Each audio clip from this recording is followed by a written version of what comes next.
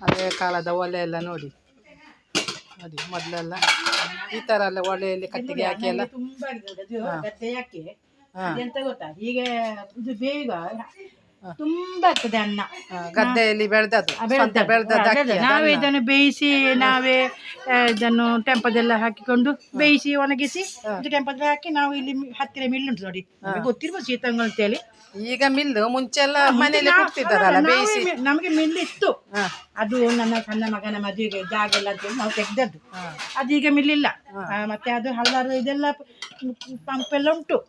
ಹಾಗೆ ನಾವು ಈಗ ಇಲ್ಲಿ ಹತ್ತಿರ ಶೀತಂಗುಳಿದ ಗೊತ್ತಿರ್ಬೋದು. ಅಲ್ಲ ಮೊದ್ಲೆಲ್ಲ ಮನೆಯಲ್ಲೇ ಬೇಯಿಸಿ ಒಣಗಿಸಿ ಭತ್ತವನ್ನು ಕುಟ್ಟಿ ಅಕ್ಕಿ ಮಾಡುದಲ್ಲ, ಅದು ಹೋಯ್ತು. ಅದು ಹೋಯ್ತು. ಈಗ ಬೇಯಿಸಿ ಮತ್ತೆ ಒಣಗಿಸಿ ನಾವು ಹತ್ತಿರ ಇಲ್ಲಿ ನೋಡಿ ಇಲ್ಲಿ ಪೇಟೆಯಲ್ಲಿ ಒಂದು ಮಿಲ್ ಉಂಟು, ಅಲ್ಲಿ ತಕೊಂಡು ಹೋಗುದು ಅದರಲ್ಲಿ ಟೆಂಪದಲ್ಲಿ. ಅದರ ಅಕ್ಕಿ ಏನು ಗೊತ್ತಾ, ಅದು ಬೆಂದಾಗ ಜಾಸ್ತಿ ಆಗ್ತಾ ಉಂಟು, ಕಡಿಮೆ ಆಗುದಿಲ್ಲ. ನಮ್ಮ ಸೌಟ ಇದ್ರೆ ತುಂಬಾ ಆಗ್ತದೆ ನೋಡಿ ನನಗೆ ಇಟ್ಕೊಳ್ಳಿ. ಅದು ಗಂಜಿ ಮತ್ತು ಉಪ್ಪಿನಕಾಯಿ ಇದ್ರೆ ಸಾಕು ಮಳೆಗಾಲದಲ್ಲಿ. ಆರೋಗ್ಯಕ್ಕೆ ಎಷ್ಟು ಒಳ್ಳೇದು ಗೊತ್ತುಂಟ. ಆರೋಗ್ಯ ಸಹ ರುಚಿ ಸರ್. ಇದು ಗದ್ದೆಲ್ಲ ಆಗ್ತದೆ ನೋಡಿ. ಇದು ತಿಳಿ ಗಂಜಿ ಅಂದ್ರೆ ಅದು ಚಟ್ನಿ ಇದ್ರೆ ಆಗ್ತದೆ, ಪಲ್ಯ ಇದ್ರೆ ಆಗ್ತದೆ, ಆರೋಗ್ಯಕ್ಕೆ ಒಳ್ಳೇದು.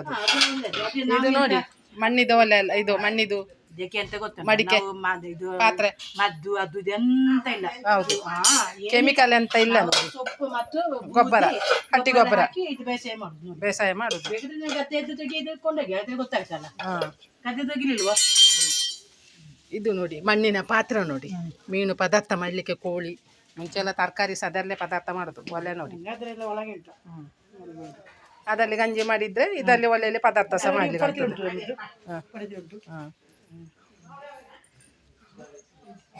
ಕೆರೆಮನೆ, ಕತ್ತಿ ಇದೆಲ್ಲ ಹಲಸಿನ ಹಣ್ಣೆಲ್ಲ ತುಂಡು ಮಾಡುದು, ಹಲಸಿನಕಾಯಿ ಎಲ್ಲ ತುಂಡು ಮಾಡುದು. ಹಲಸಿನಕಾಯಿ ಎಲ್ಲ ತುಂಡು ಮಾಡುದು. ಕತ್ತಿ ಎಲ್ಲ ಉಂಟಲ್ಲ, ನಾವು ಇದರ ಹಿಡುದು ಎಲ್ಲ ಕತ್ತಿ ಇಡೋದು ನೋಡಿ.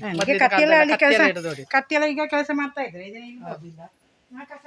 ಈ ತರ ನೋಡಿ, ಈ ತರ ಇಲ್ಲಿ ಕಾಣ್ಲಿಕ್ಕೆ ಸಿಕ್ಲಿಕ್ಕಿಲ್ಲ. ಮುಂಚೆ ಎಲ್ಲ ಇದೆ ಕತ್ತಿ ಇಡ್ಲಿಕ್ಕೆಲ್ಲ ಸೇಫ್ಟಿ ಜಾಗ, ಮಕ್ಕಳೆಲ್ಲ ಮುಟ್ಲಿಕ್ಕಿಲ್ಲ. ತರಿಸಿದ್ರೆ ಆಯ್ತು. ಈಗಲ್ಲಿ ತುಂಬಾ ನಿಲ್ತದೆ, ಒಂದು 10 ಇಲ್ಲಿವರೆಗೆ ಉಂಟು ನೋಡಿ, ಅಲ್ಲಿಂದ ಇಲ್ಲಿವರೆಗೆ ಅಂತ ಅಷ್ಟು ನಂಗೆ ಬೇಕಾಗ್ತದೆ. ಇದು ಕತ್ತಿ, ಇದು ಭತ್ತ ಕೊಯ್ಯುವ ಕತ್ತಿ ಸಹ ಉಂಟಲ್ಲ, ಬೇರೆ ಬೇರೆ ಬೇರೆ ಬೇರೆ, ಅದು ಮೇಲೆ ಉಂಟು, ಇದು ಬೇರೆ, ಅದು ವರ್ಷಕ್ಕೊಮ್ಮೆ ತೆಗೆಯುವುದು ಹೀಗೆ. ಮತ್ತೆ ಅದು ಜಾಗ ಎಲ್ಲ ನಮ್ದೇ, ಇದೆಲ್ಲ ನಮ್ಮದೇ. ನೋಡಿ ನಮ್ಮ ಒಕ್ಕಲಿಗರ ಮನೆದು. ಆಗ ಅಲ್ಲಿ ಒಂದು ಮನೆ, ಅದು ನಮ್ಮ ಇಲ್ಲಿ ಕೆಲಸಕ್ಕೆ ಬರ್ತಾರಲ್ಲ ಕೆಲಸದವರ ಮನೆ. ಹೌದು, ಗಂಡ ಹೆಂಡತಿ ಬರಿದ್ದಾರೆ ಆ ಮನೆಯಲ್ಲಿ. ಗದ್ದೆ, ತೋಟ, ಗದ್ದೆ ಈಗ ಇಲ್ಲಿ ಇಂಥದೆಲ್ಲ ಕಾಣುದು ಅಪರೂಪ. ಇಂಥದೆಲ್ಲ ಪ್ರಕೃತಿ ಎಲ್ಲ ಕಾಣುದೆಲ್ಲ ಅಪರೂಪ ನೋಡಿ. ಹಳದಿ ಮನೆ ಒಡೆಯತಿ, ಯಜಮಾನಿ ಯಜಮಾನಿ ಯಜಮಾನಿ. ಹಲಸಿನ ಗಿಡ ಇದು ನೋಡಿ, ಹಳದಿ ಕಲ್ಲರದ ಹಬ್ಬಲಿಗೆ ಕನಕಾಂಬರ ಹೂ ನೋಡಿ. ಇದು ಬಚ್ಚಲ ಒಳಗೆ ಹಾಕಿ ಒಲೆಗೆ, ಅದು ಒಳಗಿಂದ ಹಂಡೆ ಉಂಟು, ಅಲ್ಲಿ ಬಿಸಿ ಆಗ್ತದೆ. ಇವರಿಗೇನು ಕ್ರಾಯಕ ತರಬೇಕಂತಿಲ್ಲ, ಮಾಡಲು ಮತ್ತೆ ಕಟ್ಟಿಗೆ, ಅಡಿಕೆದು ಸಿಪ್ಪೆ, ತೆಂಗಿನಕಾಯಿ ಸಿಪ್ಪೆ ಎಲ್ಲ ಉಂಟು. ಒಲೆಗೆ ಹಾಕಿದ್ರೆ ಆಯ್ತು ನೋಡಿ. ನಮ್ಗೆ ದಿವಸಕ್ಕೆ 3 ತೆಂಗಿನಕಾಯಿ ಬೇಕಾಗ್ತದೆ, ಸಾಂಬಾರು ಪಲ್ಯ ಅದೆಲ್ಲ ಸಾರೆಲ್ಲ ಮಾಡ್ಲಿಕ್ಕೆ ದಿವಸಕ್ಕೆ 3 ತೆಂಗಿನಕಾಯಿ ಕರೆಕ್ಟ್, ಗೊತ್ತಾಯ್ತಾ. ದೊಡ್ಡ ಮನೆ, ಜನ ತುಂಬಾ ಎಲ್ಲರೂ ಎಲ್ಲ ಬೇಕಾಗ್ತದೆ. ಇಂಥದೆಲ್ಲ ಒಂದು 3.5 kg ಅಕ್ಕಿ ಬೇಕಾಗ್ತದೆ. ಅದು ಅವರೇನು ಅಂಗಡಿಯಿಂದ ತರೋದಿಲ್ಲ, ಮನೆಯಲ್ಲೇ ಬೆಳ್ತದ್ದು. ಇಂಥದೆಲ್ಲ ಸಿಕ್ಕುದೆಲ್ಲ ಅಪರೂಪ. ಅದಕ್ಕೆ ನಾನು ನಿಮಗೆ ವಿಡಿಯೋ ಮಾಡಿ ತೋರಿಸ್ತಾ ಇದ್ದೇನೆ. ನನಗೆ ತರುವುದು ಅಂತ ಹೇಳಿದ್ರೆ ಬೆಲ್ಲ ಎಲ್ಲ ತರಬೇಕಾಗ್ತದೆ, ತೆಂಗಿನ ಮೆಣಸು ಮತ್ತೆ ಇದೆಲ್ಲ ಉಪ್ಪೆಲ್ಲ ತರಬೇಕಾಗ್ತದೆ. ಉಪ್ಪು ಆಗ್ತದೆ ಕಟ್ಟಿಗೆ ನೋಡಿ. ಈಗ ಇದರಲ್ಲಿ ಹಲಸಿನ ಚೋಳೆ ಮಳೆಗಾಲಕ್ಕೆ ಹಾಕಿತ್ತು, ಅದು ಮುಚ್ಚಳ ತೆಗಿಯಂತೆ.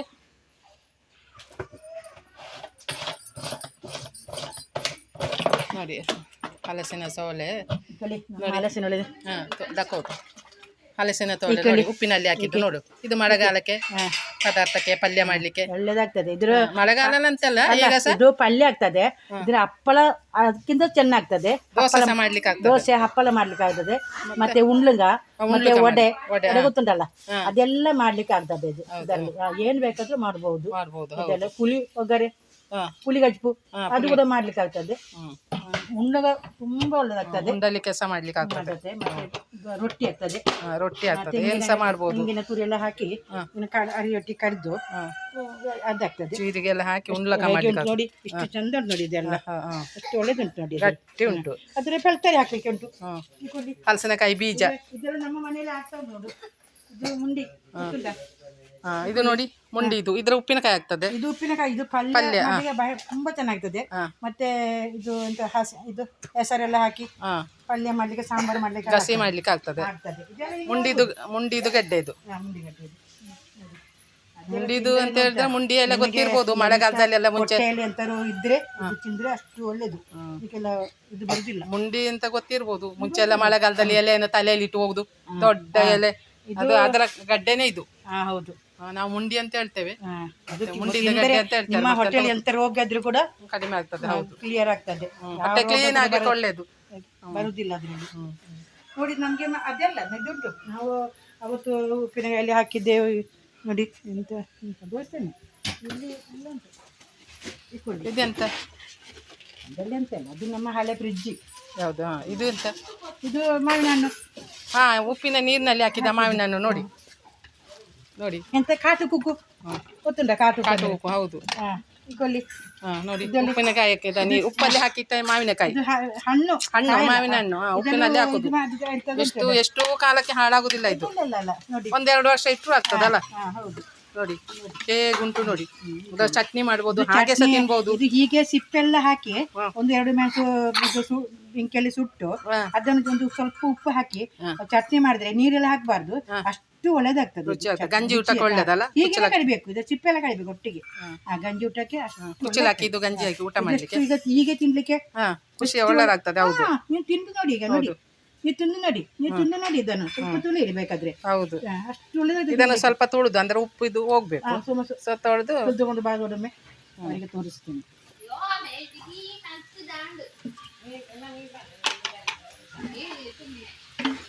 ಉಪ್ಪಿನಲ್ಲಿ ಹಾಕಿಡುದು, ಅದಕ್ಕೆ ನೀರು ಹಾಕ್ಲಿಕ್ಕಿಲ್ಲ. ಈಗ ನೋಡಿ ಟೇಸ್ಟ್ ಅದು.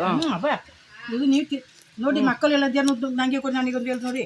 ನೋಡಿ ಮಕ್ಕಳೆಲ್ಲ ತಿಂತಾರೆ ನೋಡಿ, ಅದು ಯಾರು ಬಿಡ್ಲಿ. ಭಯಂಕರ ಟೇಸ್ಟ್ ಆಯ್ತದು. ಉಪ್ಪಿನಕಾಯಿ ಇಂತರ ಟೇಸ್ಟ್. ಸಾರು ಮಾಡ್ಲಾಗ್ತದೆ. ಮತ್ತೆ ಇದು ಮೆಣಸುಕಾಯಿ ಅದು ಕೂಡ ಆಗ್ತದೆ. ಸಾರು ಅಷ್ಟು ಒಳ್ಳೇದಾಗ್ತದೆ. ಮೆಣಸುಕಾಯಿ ಅಡಿಕಿಂದ ಒಳ್ಳೇದಾಗ್ತದೆ ನೋಡಿ. ಎಷ್ಟು ಒಳ್ಳೆದುಂಟು, ರುಚಿ ಇಲ್ವಾ? ರುಚಿ ಉಂಟು, ಟೇಸ್ಟ್ ಉಂಟು. ಮತ್ತೆ ನೋಡಿ, ಇನ್ನು ಹೊಸ ಮಾವಿನ ಹಣ್ಣು ಆಗೋ ತನಕ ಇದು ಇರ್ತದಲ್ಲ. ಮತ್ತೆ ಹೊಸ ಮಾವಿನ ಹಣ್ಣು ಆದ್ಮೇಲೆ ಮತ್ತೆ ಹಾಕುದು, ಬೇರೆ ಹಾಕುದು.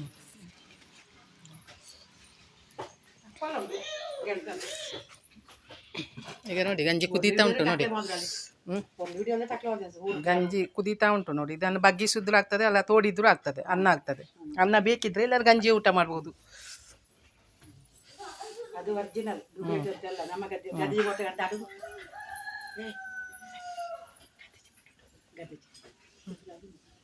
ವಾಪತ್ತು